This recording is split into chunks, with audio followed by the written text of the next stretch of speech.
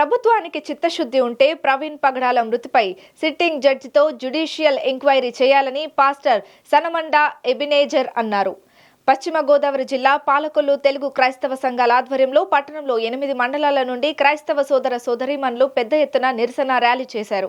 Praveen పగడాలను pre planned గా Ricky నిర్వహించి murder చేసి యాక్సిడెంట్ గా చిత్రీకరించారన్నారు. క్రైస్తవులపై అక్రమ దాడులు చేస్తున్నారని, ఇటీవల అజయ్ బాబు అరెస్ట్ చేయడం జరిగిందని, ఎవరు మాట్లాడితే వారిపై కేసులు పెడుతున్నారని, క్రైస్తవ లోకానికి న్యాయం చేయాలని, మర్డర్ చేసిన వారిపై ప్రభుత్వం కఠిన చర్యలు తీసుకోవాలని ఆయన కోరారు. ఈ కార్యక్రమంలో పాస్టర్లు, సంఘ పెద్దలు, మహిళలు పాల్గొన్నారు.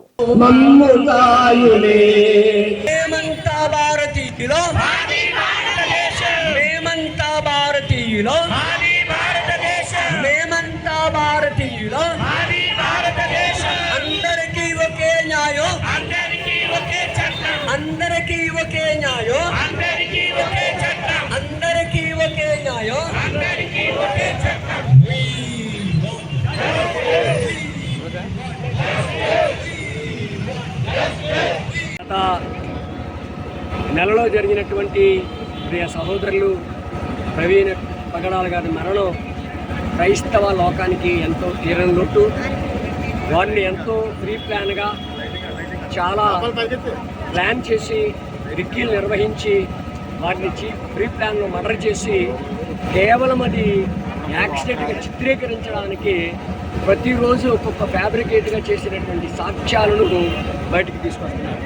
ఇందులో మేమందరం కోరుతునేది, క్రైస్తవ లోకం కోరుతునేది, ప్రస్తుతం ఈ మరణంపై సిట్టింగ్ జడ్జితో జ్యుడిషియల్ ఎంక్వైరీ చేయాలి. నిష్పక్షపాతంగా గవర్నమెంట్ వారికి చిత్తశుద్ధి ఉంటే జ్యుడిషియల్ ఎంక్వైరీ చేయాలని మేము కోరుకుంటున్నాం. అంతేకాకుండా క్రైస్తవులపై జరుగుతున్నటువంటి ఈ అక్రమ దాడులు, అక్రమ అరెస్టులు, రీసెంట్గా అజయ్ బాబుని కూడా అరెస్ట్ చేయడం జరిగింది. అంటే ఎవరు గొంతెత్తి ప్రశ్నిస్తే, ఎవరు గొంతెత్తి మాట్లాడితే వారిపై ఇటువంటి అన్యాయమైన పరిస్థితులు, ప్రమారకమైనటువంటి కక్షాదింపు చర్యలు జరుగుతున్నాయి. ఆ విషయంలో ప్రతి వారు కూడా మీడియా ద్వారా మేము అందరికీ జ్ఞాపకం చేసేది ఏంటంటే, ప్రవీణ్ గారిది చాలా ప్రీ ప్లాన్ కూల్ మర్డర్, చాలా కూల్ మర్డర్ అది. కనుక దయతో సిట్టింగ్ జడ్జితో జ్యుడిషియల్ ఎంక్వైరీ వేసి నిజాలు తేల్చి సరైనటువంటి న్యాయం అనగా మా కుటుంబానికి, అలాగే క్రైస్తవ లోకానికి నిజాన్ని నిప్పు తేల్చాలి.